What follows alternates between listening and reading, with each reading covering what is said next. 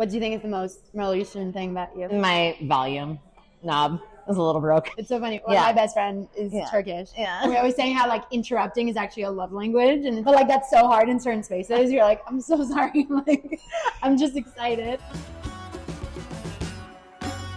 So where are you from? I was born in New York. My dad is from Syria, and my mom we don't know where she's necessarily from because she was adopted. So a lot of places. What did you feel as growing up that you identified as? What I felt was torn. I was raised white. I grew up thinking I was white. And my Syrian cousins also were like, why do you only speak English?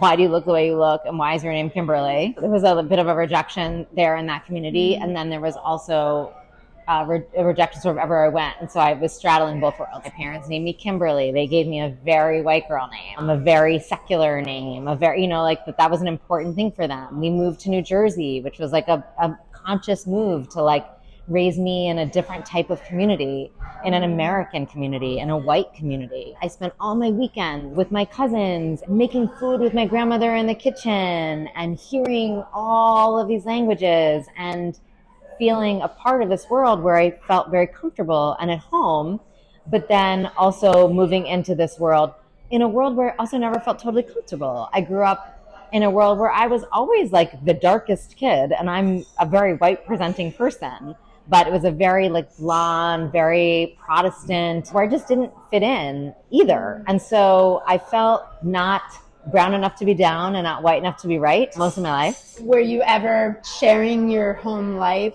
and your culture in a public way in school or with friends, or was that kind of just like, oh, we don't talk about this? Only in the way where like if it was like International Day at school and like people would bring in food, so there was like something I was gonna cook, right, something that I could bring in that was to like share.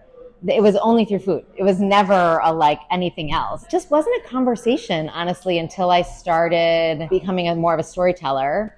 And the stories that I started telling were stories about complex identities, not necessarily my own. Reading and hearing those stories and being a part of telling those stories, and I suddenly was like, oh, this feels something that makes sense to me. So it resonated, like it woke up something. And I was like, what is this? And what does that mean? I directed this play that was called Disgraced. So much of that play is about this love affair so many of us have with whiteness, and how to be American equals being white. It doesn't mean the myth we've been sold, it means being white. And then there were a few instances where people had said, why is Kimberly directing this play? Why is this white girl directing this play? People who knew me were like, of course you are. And are you gonna say something? I felt like because of the prejudice against people from the Middle East, because of the hardships that my Middle Eastern peers with darker skin faced, or more vowels in their name faced than I did, it was difficult for me to claim that identity publicly, especially in the arts industry. People suddenly were like getting jobs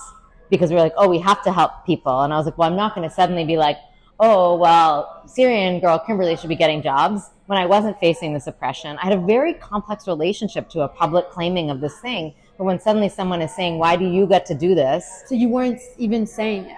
No. Some young women approached me and said, if you don't speak up about being an Arab American artist, we don't have role models. And you are directing a play on Broadway. That is so powerful. That was a moment where I started to sort of claim this. It is still a journey. I'm on this journey. And I think there's something about really representing diversity of what Arab can look like. The diversity of what anything can look like. I mean, I have a friend who's Argentinian who is like redhead and white and freckled, and she is as Argentinian as they come. Something that I have learned, or that feels good to me now, is about this sense of the spaces where I feel comfortable.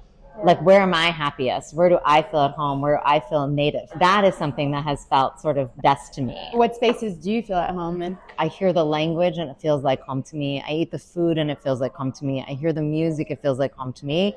That is something that feels in my bones, right? And so you can take me to New Jersey. And I will feel my bones. Yeah, my bones are gonna do their thing.